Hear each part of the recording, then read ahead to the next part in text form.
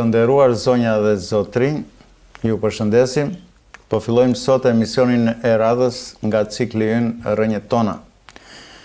Sot kemi nderin të kemi në studio një person, do thosha, me një erudicion të jashtëzakonshëm, me një aftësi prej koleksionisti, do thosha të shumë të rallë, jo vetëm në Shqipëri, po edhe më tej. Kemi zotin Ylli Sulaj, i cili ka mbaruar fakultetin për frëngjisht, të gjuhët e huaja për frëngjisht. Kemi qenë afër zoti Ylli, fakulteti jon i urithave që quhet fakulteti im dhe i Sazan Gurit me juve të filologjikut. Kemi qenë afër. Filoqyls. Ashtu quheshit, po si ju urithat. Ishte si dhe ne quheshim urithat. Gjithsesi, jeni doktor i shkencave letrare. Në Francë keni bërë master, keni bërë një doktoratur për Ismail Kadaren me titull Imazhi i femrës në veprën e Kadares. Ju jeni autori botimeve kult, komplet i gazetës Chelsea. Unë pa ju njohur juve, zoti Ylli, kam bërë disa afare, thon italian, me gazetën tuaj fillimisht.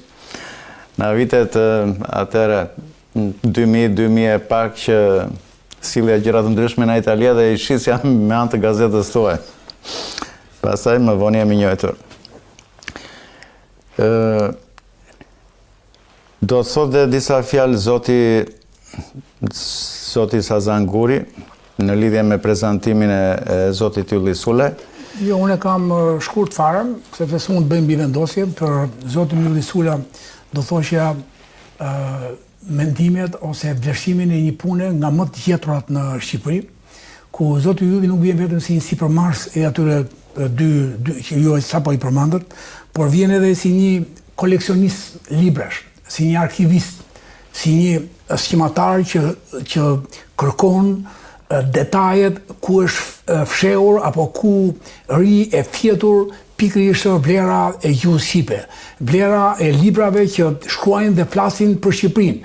Edhe do të thoshte që atë që ne nuk e gjejmë dot nëpër arkivat shtetërore, unë i bëj thirrje gjithë shqiptarëve, kush mund bëjnë doktoratur, ashtu si kundër dhe zoti Ylli ka bërë doktoratur për një detaj shumë të rëndësishëm për rolin e gruas shqiptare në veprat e Kadares, e një autori që e bëri Shqipërinë me emër në botë, edhe vetë zoti Sula pikërisht ka ato detaje që mase të tjerët janë shkalojnë ose rinë indiferent.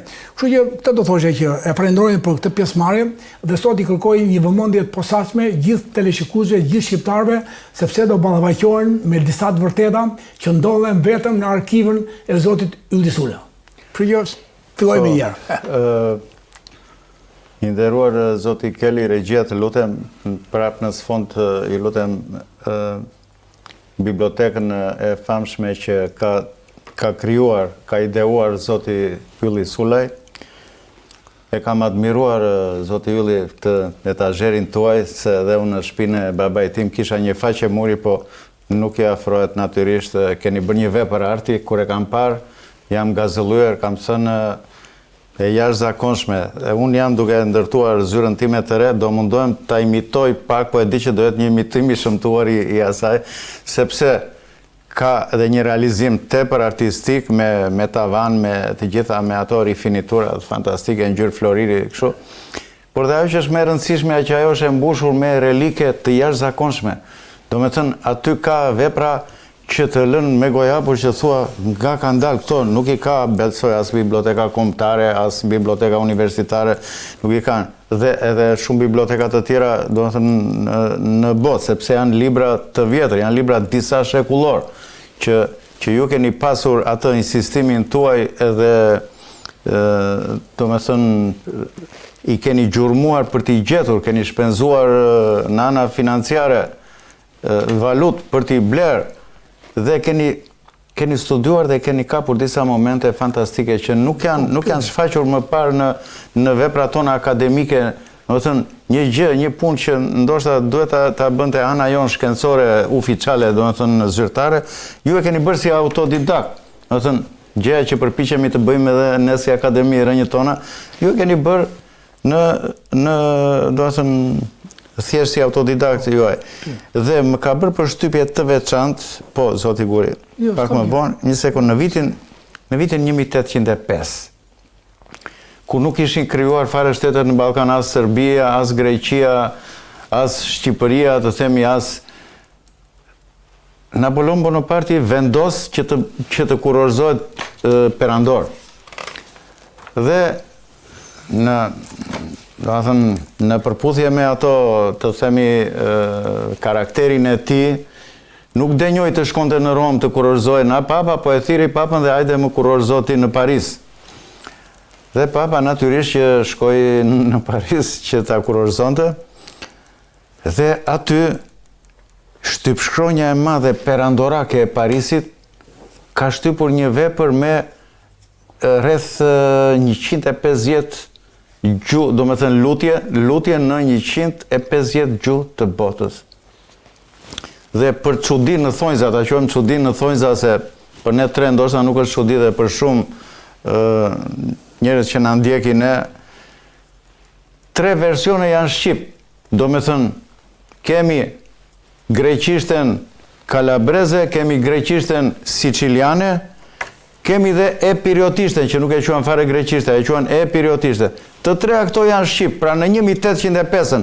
Po përse duhet të mbahen këto gjëra të fsheta, të themi, kur na nderojnë kaq shumë, kur janë paraqisin në vetë vlera kaq të mëdha, sepse është folur dhe në Kalabri, dhe në Sicili, dhe në gjithë Italinë, kam shëtitur unë në një pjesë të madhe që të katunde fshatra qytete që flasin shqip, por dhe ajo që është më rëndësishme, që e konfirmojnë dhe disa fjalor që janë latino-epiriot janë të gjithë latinisht shqip.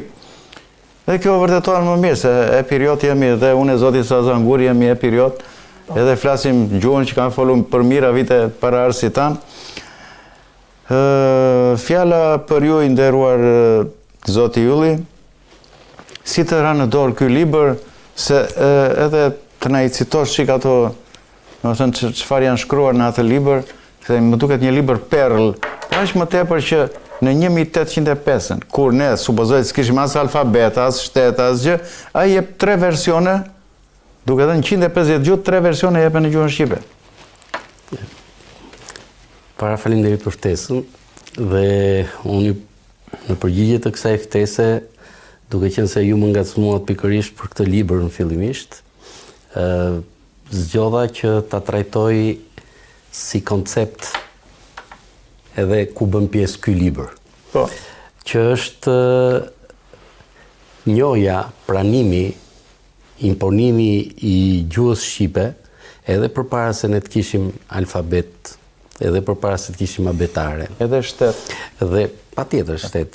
Po, ne e dim që shteti gjithsesi erdhi dhe më vonë se sa alfabeti dhe abetarja. Gjuha shqipe, sa herë që shtrohej për zgjedhja për të përkthyer diçka në një numër të caktuar gjuhësh, ishte gjithmonë aty. Gjuha shqipe ishte e pranishme. Po. Dhe këto 4 botime që un kam sjell, flasin pikërisht për këtë.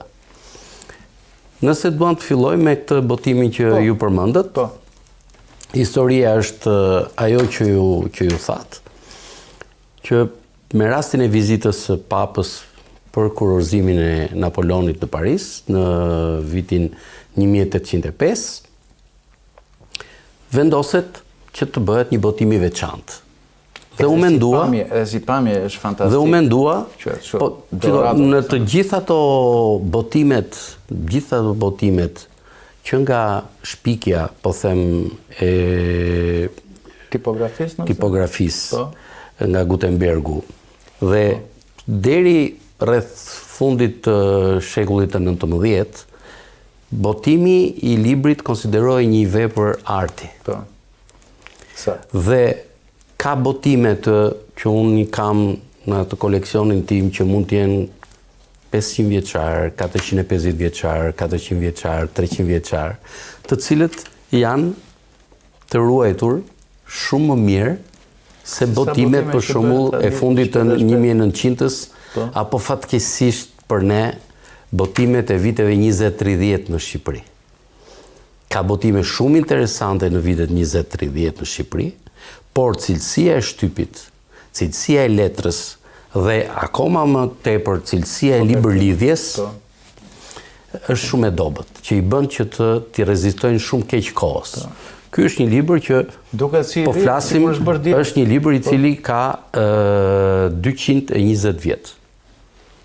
Edhe 220 vjet, po sepse libërlidhja e ruan librin, kjo pjesa këtu që kanë bërë këtë lyerje me ar, këta me qëllim që mos lënë gjurmë gishtat, mos të nxihet. Pra kjo e ruan edhe ruan një gjendje shumë të freskët. Por më tepër ky është një botim tepër luksoz, konsiderohet, pasi nuk është bërë me kopje masive, bëj vetëm me rastin e vizitës papës, dhe kopjet janë bërë vetëm dhurat për gjithë personalitetet të rëndësishme. Ky për shembull është kopja që ka qenë në bibliotekën e Dukës së Marlborough. Dhe prandaj ka dhe stemën e tij dhe ka këtë cilësi. Nëse kjo është për sa i përket cilësisë. Shqipojmë me dy koka është? Po, sepse shqipojmë me dy koka është e përdorur gjerësisht nga shumë vende dhe nga shumë fisnik.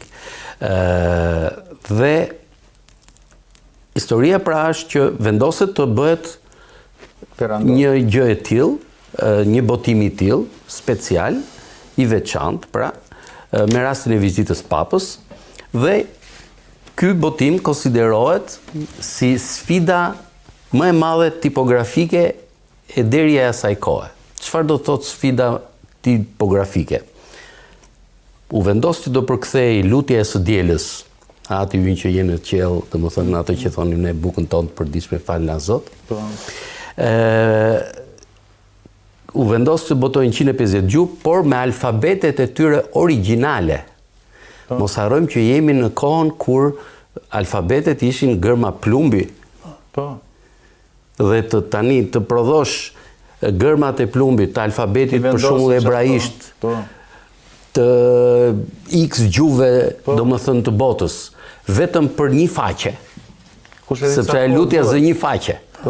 Pra janë prodhuar alfabetet, gërmat, për ato alfabete që nuk ekzistonin, se okej, në Paris të shqipshkronjat i njihnin alfabetet për shembull siç është alfabeti latin, alfabeti cirilik, alfabeti grek, domethënë disa nga këto alfabete të veçanta përdoreshin dhe ata i kishin se bënin dhe botime me alfabete të ndryshme. Po jo për 150 gjuhë. Se në 150 gjuhë aty duhet të jenë të paktën diku ke 60 alfabete. Do të 60 lloje gërmash që i kanë prodhuar posaçërisht për këtë botim, prandaj quhet sfida më e madhe tipografike e asaj kohe. Dhe ajo që është shumë befasuese është që tham në 1805 kur ende nuk ishim jo vetëm alfabet dhe abetare, por edhe Bibla nuk ishte përkthyer ende në Shqip. Nuk ishte akoma ardhur përkthimi i Evangel Meksit nga shoqëria biblike i 1825-s, domethënë. 20 vjet përpara ata përkthejnë 3 versione, i konsiderojnë si 3 gjuhë. 3 versione në Shqip.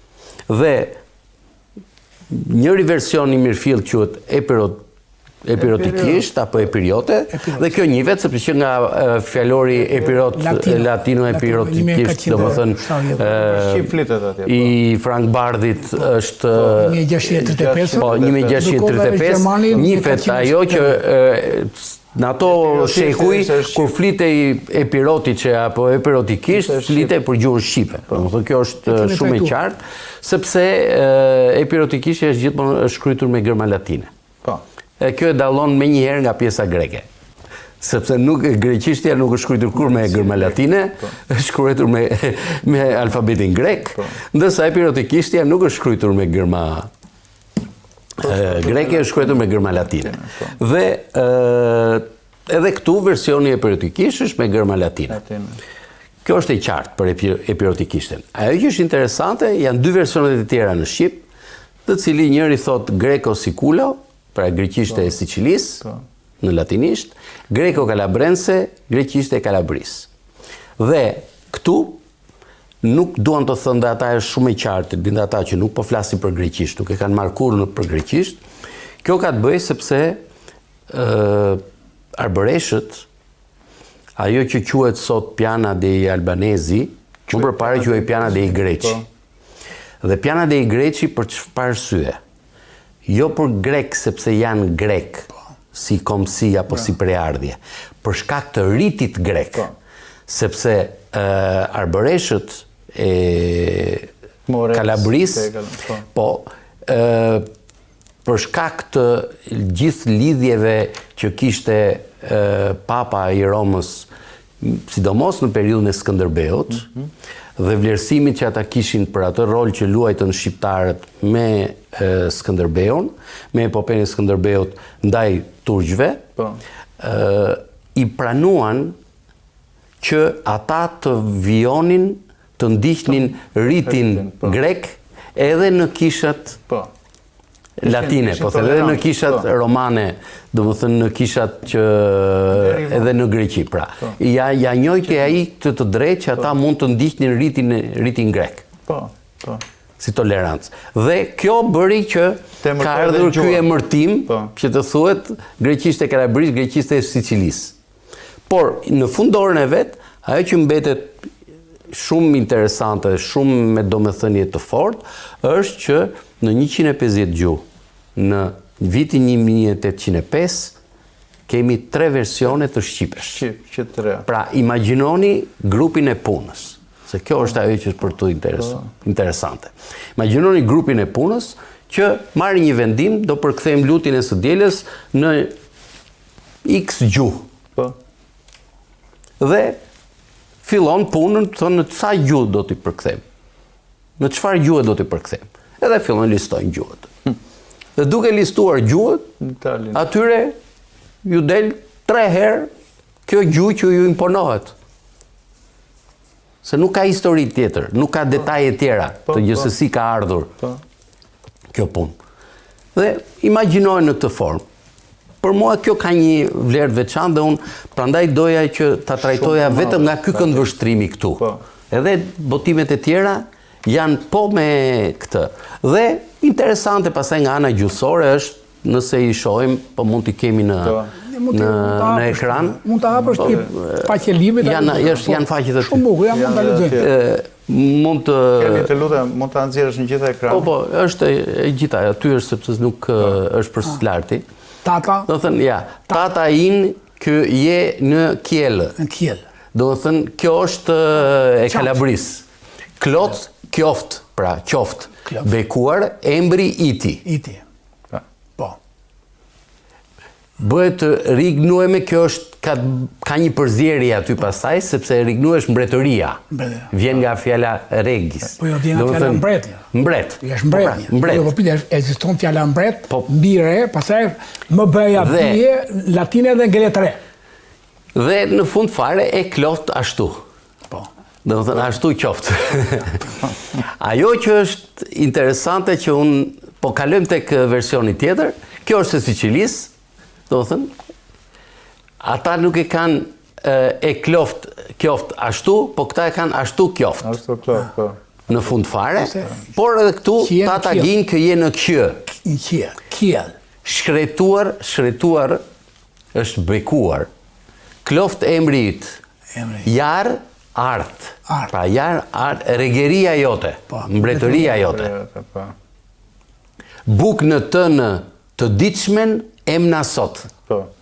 E keni më poshtë aty, buk në të në të ditëshmen emna sot. Jep në sot. Na i nep sot.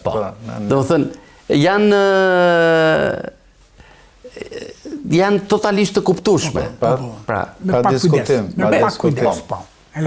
Po, jemi duke folur për fash pra në një moment ku ky nuk është alfabet zyrtar. Pra ata e kanë përshtatur. Janë shtypur në Paris ato nga njerëz që se ka patur idenë e Shqipërisë. Sidomos një çamar e kupton më lehtë. Le të kalojmë dhe tek ajo epirotja, po. O ati in kë jem bë kjell. Shejtnuam kjoft emni tat. Artë perëndia jote. Pra kjo është shumë pastër shqip. Për tu... E period... Qartësja, dakord. Jo, se ata trashëguan e periodin. U basta vullnetja jote, si kundër se mbë qelt, ashtu dhe mbi dhet. Si kundër. Bukën e tanë të përditshmen, epna sot. E në ndjej në... Në detet të rëtona. Po si kundër se... Po si kundër se e ndejnë detërësit tanë, armiq tanë në këtë rast kjo këtu. E mos në lërnë ndërkeq. Po, më shumë. Kështu e kanë... Edhe këtu ka përdor amen. Pra nuk thot ashtu qoftë, thot amen. Ka vënë në këtë version këtu. Po kjo shikoni se kjo është gjëja interesante shumë. Është që te ky versioni epirotikisht e jep nga është marrë nga doktrina e krishten. Epirotike? Doktrina e krishten e Pjetër Budit. E Pjetër Budi. E ka marrë nga Pjetër Budi këtë. Nga doktrina e krishten e Pjetër Budit.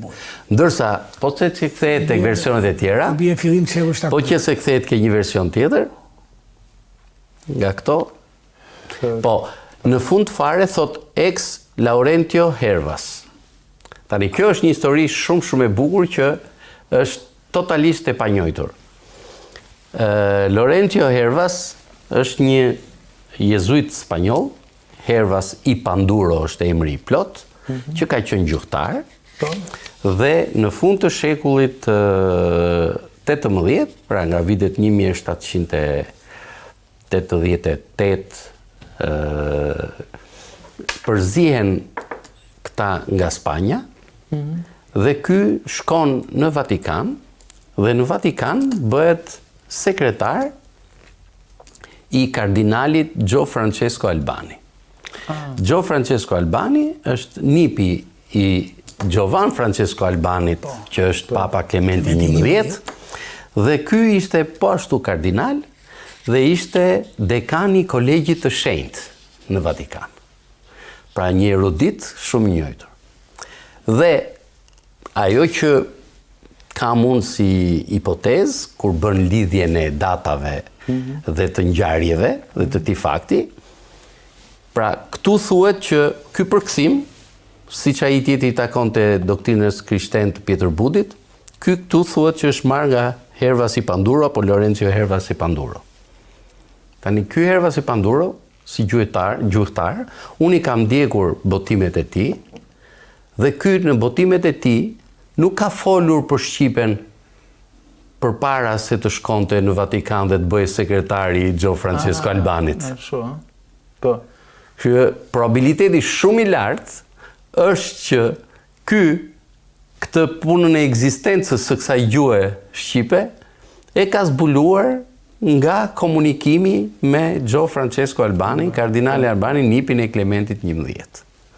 Dhe kjo është një fakt shumë interesant. Detaj dhe një histori që mendoj ka vlerë të hetohet më tutje, por përputhja e datave me veprimet dhe me ngjarjet që kanë ndodhur, që kanë rrjedhur nga i moment i komunikimit të këtyre, nuk le vend për shpjegim tjetër të paktë.